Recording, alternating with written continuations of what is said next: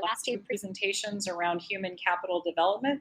Again, a lot of that is the talent pool for systems engineering, talking about the competencies, knowledge, skills, and abilities that we need, as well as what we have as a foundation to build on. So I'd like to introduce Dr. Ruth David and Dr. Jeff Wilcox. We'll be talking about policy options to promote DoD defense industry collaboration in STEM. So Ruth, Jeff, welcome. Take it.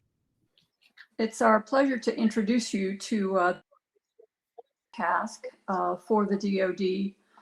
This actually came from a congressional mandate to study and develop policy options and recommendations to promote DoD defense collaboration. The going in assumption that's behind this language is that there would be benefits given that both DoD and the defense contractors are heavily engaged in STEM education activities. The presumption is that there would be some benefits to collaboration.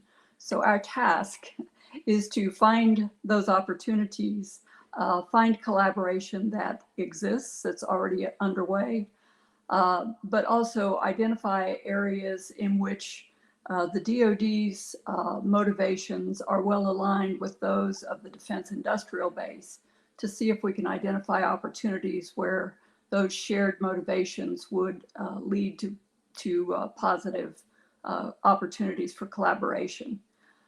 In doing so, we're supposed to understand what the DIB is already doing, what the DoD is already doing, and then identify opportunities to work together.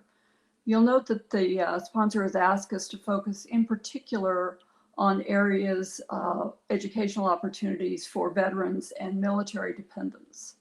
Next slide, please. These are our research objectives at a very high level. I've gone over some of this already. Look at where the DIB already is in terms of opportunities, and then identify opportunities for collaboration. The policy options will be the desired outcome, and if successful, we'll be able to identify areas or opportunities that will promote sustainable DoD-DIB partnerships that can help support future workforce needs. The real key here is that there are common interests in terms of the type of individuals, both in talent and individuals who are able to attain a security clearance. So there are some obvious alignments between the DoD and the defense industrial base. Our job is to ferret out those opportunities. Next slide, please. This is a fairly broad research task, as you've noted. Jeff and I have already been introduced, but I'd like to touch on what the rest of our core team brings to the table. In understanding the DIB, we wanted to get representation from large, medium, and small defense contractors. So we have Heather Bulk, who is actually CEO of a small aerospace contractor. But Heather brings a unique set of skills in that she also has started, with the support of her family, their own foundation called Who Dreams Wins. And this foundation focuses on STEM education. Mike Gazarek is Vice President of Engineering for Ball, which is a very important mid-size defense contractor. And Mike brings a strong interest in the topic of STEM education activities as well. I'm going to skip Carrie for a moment and hit on Les Lyles, who brings both an understanding of the DoD that is compounded over a number of decades and a lot of different positions in the military. He also, though, has DIB experience through sitting on a number of different boards for defense industrial base contractors. And he also brings a unique interest in STEM education with his affiliation with Wolf Trap Institute. And I'll touch on that in just a moment. Carrie Kisker, you see there's a research and policy specialist in this area. She runs her own consulting business, but she also has a specialization in understanding community colleges and the opportunities that exist for workforce development through community college experiences. Angela Quick is probably well known to some of you. She's a principal in the DSEC, the Defense STEM Education Consortium, but she also has public school experience and currently is Vice President of Education and Workforce Development at RTI. Finally, Payuna Uday is our research scientist and is largely responsible for keeping us on track. Next slide, please. This is our timeline. You'll see that it's a fairly quick timeline. We actually didn't get started until late July. We've had 3 meetings with the core team so far, one in August, one in September, one in November. We currently have a survey of the defense industrial base on the streets. You are hearing very, very preliminary activities. You'll note that we do have a report due in February. The draft is actually due mid-January. And this report is to support our sponsor's response to the congressional mandate. We'll deliver a final report then in July at the end of this one-year task. So you can see that we have a lot of pretty tight timelines that we're working against. Next slide, please. The 2 areas that we're going to talk most about today are the DoD Stakeholder Engagement and also the survey to assess the DIB STEM landscape. I'll touch just briefly on the website review because it is really developed to be complementary to the survey results. We've sent out quite a large number of surveys, as I'll describe in a moment, but survey returns are never 100%. So the website review will fill in gaps in our understanding of what's happening across the DIB. And it is designed to be complementary to what we learned through the survey. We'll also do a literature review that will focus on what constitutes successful STEM interventions and also assessment mechanisms.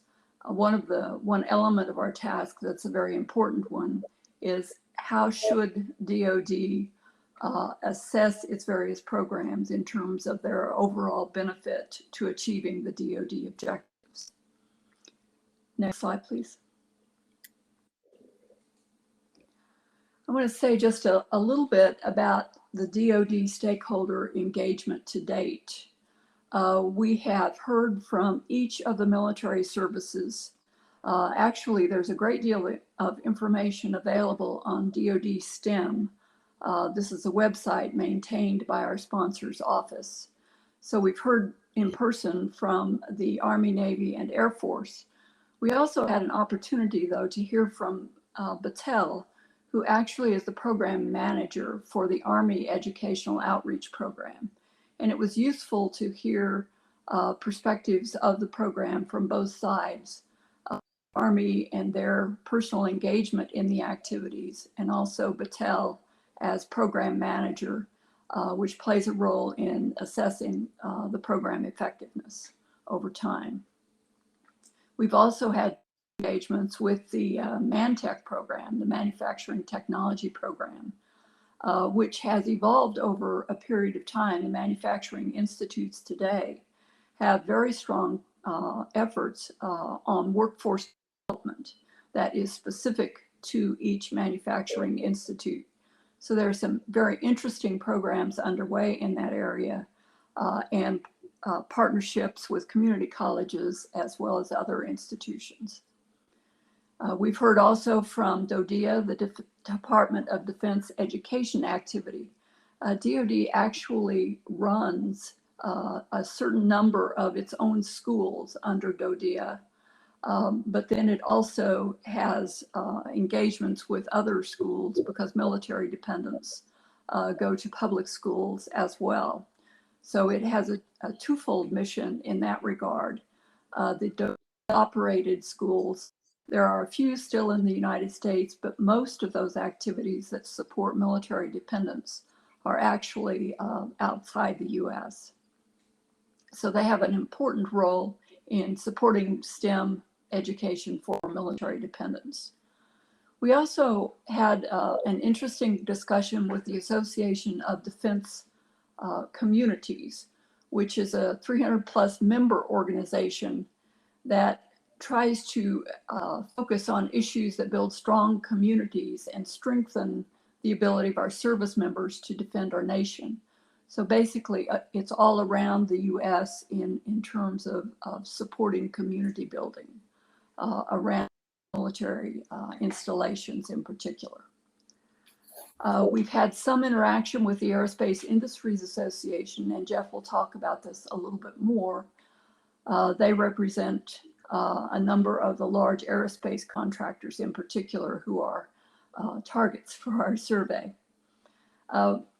The Defense STEM Education Consortium is also fostering regional hubs in a few places. So we had an opportunity to learn a bit more about the Dayton Regional STEM Center and the Cornerstone Research Group, which is an industry partner in the Dayton Regional STEM Center. So understanding what they're trying to do in terms of building a local hub for STEM education that supports DoD programs. I mentioned Wolf Trap previously. They have a very interesting program called STEM Learning Through the Arts, in which they use music and dance and drama as a way to engage young children. It's really starts with pre-K, learning about STEM topics. And it was interesting when we heard their presentation, they challenged Jeff and I. Fortunately, they didn't ask for whether we could do it or not, whether we could name the 6 principles of engineering design, because they said their kids could. So it was a very interesting discussion, a novel approach to engaging very young kids in STEM. And finally, we heard from the Career Communications Group, which is building a very interesting virtual online 2D representation that they call STEM City.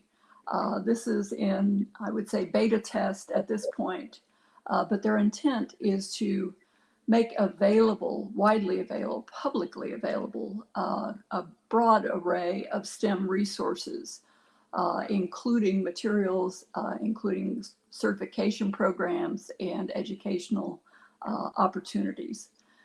So it's very exciting and almost overwhelming to see where they are already. And they have a number of partners already in the defense industrial base. Next slide, please. One of the things we did before developing our survey is try to capture the very broad array of DoD STEM education activities in a way that would enable us to send out a survey that will give us some, I will say, quantitative way to catalog areas in which the interests of DoD and the DIB overlap. So what you see here in the matrix is across the top is sort of the pipeline from elementary school, which starts with kindergarten through middle and high school, and then going on to certificates and credentialing programs, community college, undergraduate, graduate, doctorate, and professional. So it's a bit of a pipeline perspective on the top. Down the side, you see interventions.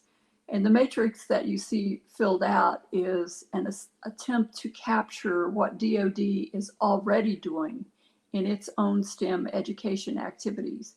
These are primarily through the various services as well as the independent agencies like Missile Defense Agency, NSA, and so forth.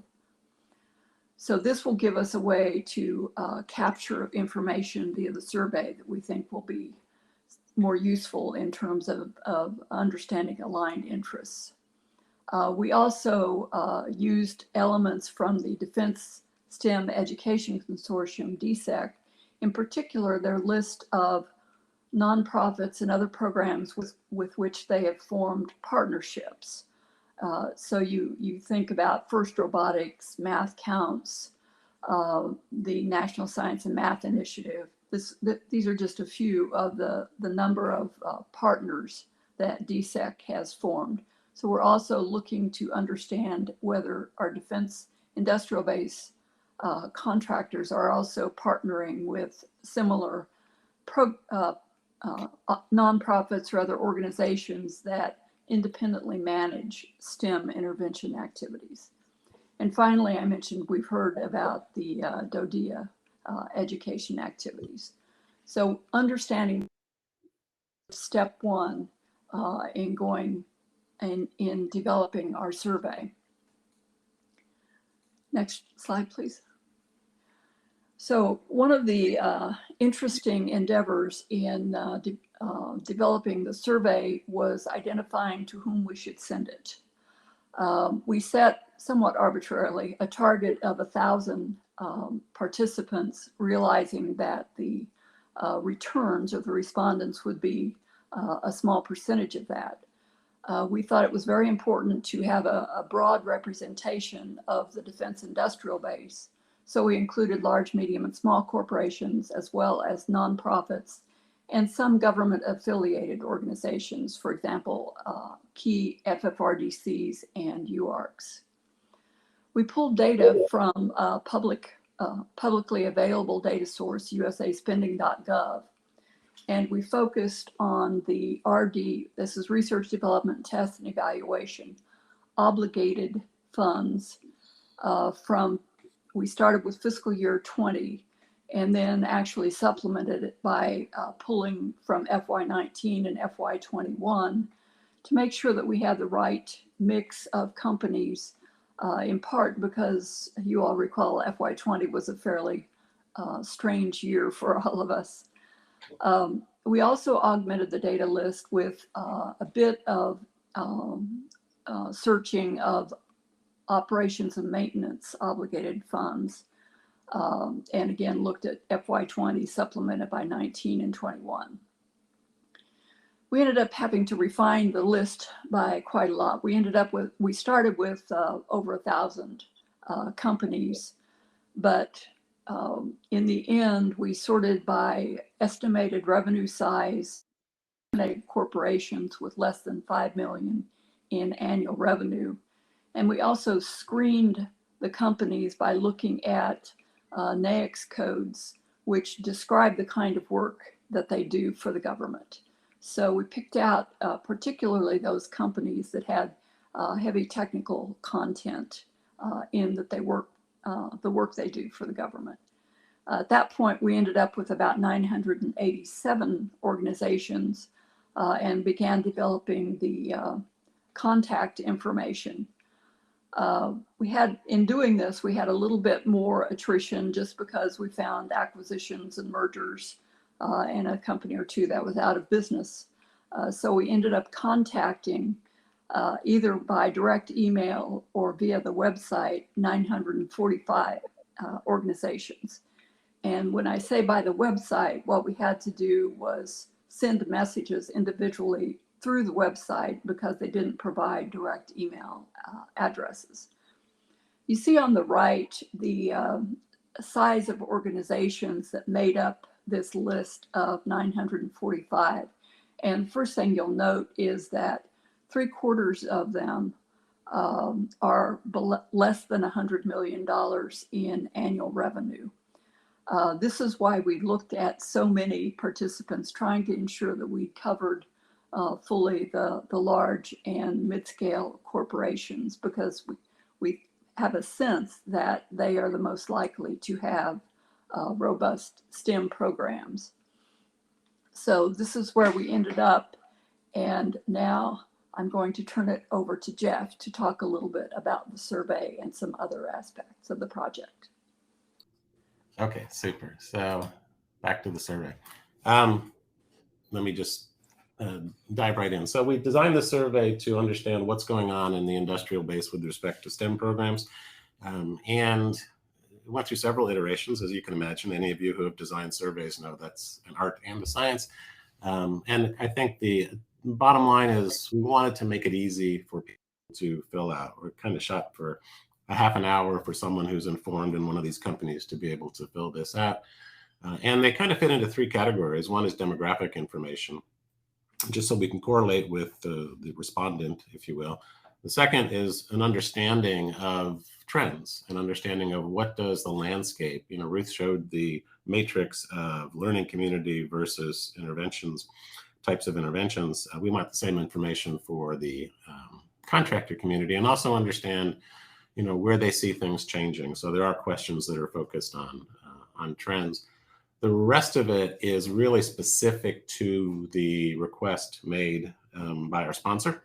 So we're looking specifically for people to identify what collaborative activities do you have with DoD, what specific activities do you have focused on military dependents, and what activities do you have for veterans? So those are specific questions. Also, as Ruth said early on, any of you have dealt with really almost any activity, but certainly STEM, is how do you evaluate your effectiveness? How do you look at return on that investment? So we asked questions about how people did that, and an opening for policy recommendations. So the industrial base can make comments that will eventually be incorporated into our report through DoD back to Congress. And then, of course, an open-ended question for any inputs, just to look at where we're going and kind of show the model for how we're going to use this information. If you look at that rectangle on the right, lots of different ways to cut this, but imagine that's the entire national security STEM workforce, both within the public and private sector. And again, very complex space of capabilities and capacities.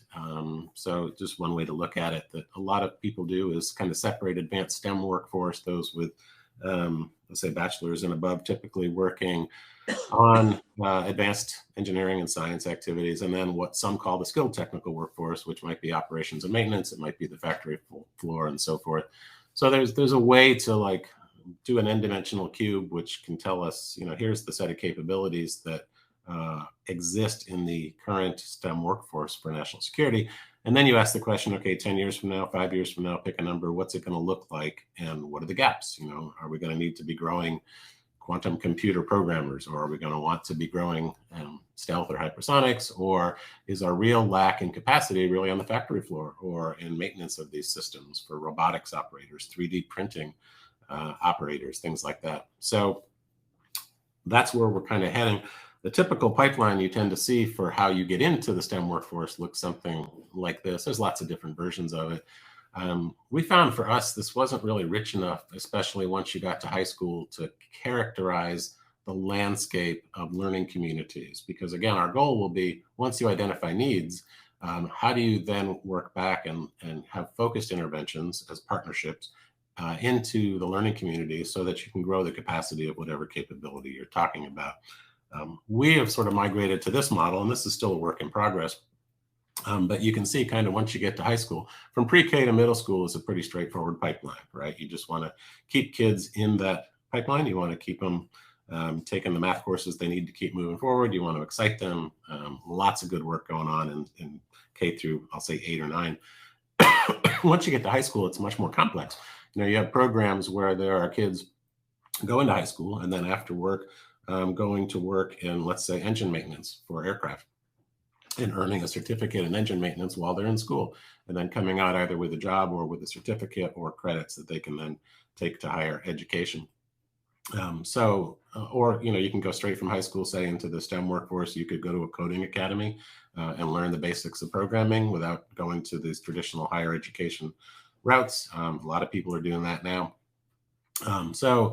And then you see vocational training, some of this being done, for example, through the manufacturing institutes that Ruth mentioned, like for welding programs and so forth, and other degrees. The point to take away here is, no matter what learning community you're in, you're always learning. And there are an evolving set of, I'll say, badges is a popular term in human resources, of certificates and credentials that people can achieve. Let's say you see them for Agile, program management, certainly things like that. Specific, like Microsoft certified engineers and so forth. So that's, a model for how you can intervene in these different learning communities, either at the nodes or in the boxes or in the arrows, which is kind of really focusing on just availability of the path, just advertising that as a viable path.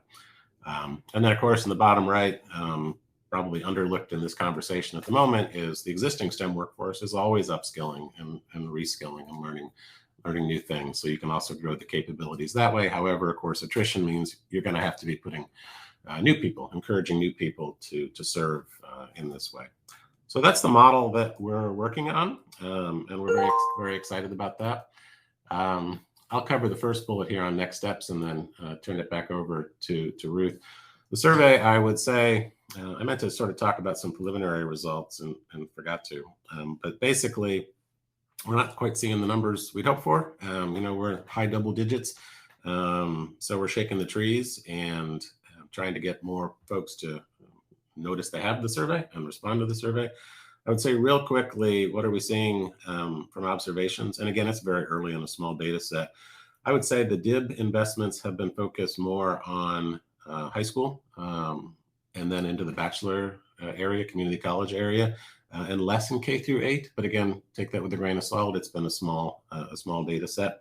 Common modes of interventions we're seeing in the survey responses tend to be volunteering and mentoring programs, like having your employees go into schools and talk about what engineering is, for example. And a lot of competitions. Ruth mentioned first. There's also the Team Rocketry Challenge, things like that, which are very popular for industry to be making investments in, and of course the DoD in both of those as well. I would say, and again, early, so an asterisk next to all of these comments, not really seeing a lot of overlap at the moment with the DoD programs from what's come in so far. It's everybody doing good work, but not an obvious, if you look at a Venn diagram of activity, not a whole lot of overlap. And then the last comment I would make is we had hoped to see some silver bullets when it came to metrics and mechanisms for evaluating effectiveness. I would say we're not really yet. Everybody's grappling with that, and it's just a hard thing for a number of reasons, including which you really can't do longitudinal studies for a number of reasons, for privacy reasons and tracking kids. So what we see tends to be alumni groups or surveys that are sent out after a program so that you can kind of learn how things went. So apologies for going out of order, but so again, next steps, shake the trees. We've engaged AIA. They sent a letter out to their workforce members, so we appreciate that. Also asked NDIA and the Professional Services Council to do the same thing. The official closing date sort of is this Friday, but we'll leave it open beyond that, of course, and to continue to get inputs. Ruth showed you the timeline, so we can continue to incorporate inputs for, I would say, the rest of November. But we're going to start analyzing results next week, so it's an exciting time for our program. With that, Ruth, I'll let you bring it home with the last few bullets. Thanks, Jeff. I mentioned up front the parallel website analysis is underway. Participation by all sizes of companies who have a local presence in a region, particularly those around military installations where there's both an interested DoD stakeholder and also military dependents in that same area. So with that, we can open it up for questions. Ruth, Jeff, thank you so much. This is exciting work, and I'm looking forward to reading the report and seeing what you come up with. While we're waiting for folks to put a few more questions in the chat, I had a few questions of my own, if you don't mind. So I understand, we're collecting data from within the U.S., which makes perfect sense. But are you all looking at any of the STEM initiatives or things implemented outside of the U.S. as inputs to your recommendations? Actually, I have to say I am, specifically because many of the companies, or well, not many, but a number of the large defense contractors are national, and some number of those have headquarters outside the U.S. So on their websites, I'm finding that quite a number of them also have STEM education outreach activities located near their headquarters and in other parts of the world. So it's very interesting to compare and contrast the things that are going on elsewhere. It's not going to be a huge number, but we are getting some insights into what's going on elsewhere. This is obviously a global issue. STEM education. So I think it will be some interesting data. Excellent. If you have a vision of what wild success looks like for this project, what is that vision? And the follow-on is, what impact do you hope it'll have? I can go first, Ruth, and then let you dive in. The vision. So one thing we're learning, it's probably not a surprise. Some people call this 1,000 points of light type of effort. A lot of people doing good work all over the place, but really no coordination to speak of. And there's so much to be gained from best practice sharing, just from a platform that could be created where people could learn from each other on metrics and on what's going on. So to me, it's sort of a personal thing, and we're not to recommendations yet with our study, but a vision would be a world where there is a place you can go, both in the public and private sector, to have a platform to engage and understand, what's possible. Because it's just a little disappointing to pretty much talk after talk here about the good work going on somewhere, but then you'll ask a question, have you talked to so-and-so about this? And the answer is pretty much always no, because everybody's kind of heads down. So to me, a good outcome and then the impact of it will be just much more successful stimulation of the learning communities, getting people into the national security STEM workforce. Yeah, I think that's point one. I think there's another opportunity, though, that is pretty significant. One of the things that we worry about is, while I would say the volunteering is of vital importance, having individual researchers go into classrooms, that's wonderful. The problem is it doesn't scale well. So what are the opportunities to more effectively leverage the engagement, the volunteer engagement? And one of the things that's become clear, I would say the only positive thing coming out of the pandemic is that we've all gone virtual. And what I'm discovering on a number of the websites is that companies have changed their focus. It's not that they're eliminating the personal engagement, but they're finding ways to leverage and scale using virtual mechanisms. So getting a happy medium of that personal skin in the game and also leveraging virtual mechanisms to scale, I think would be a huge positive outcome. I absolutely agree. I think they would have huge impact, as you said, from early on until, people going through college and employability. So I wish you all the best of luck. Thank you so much for your presentation today. And folks, if you have any further questions, please feel free to reach out to Ruth or Jeff. Thank you all for your time. Thank you. And have a good day. Thanks, Nicole.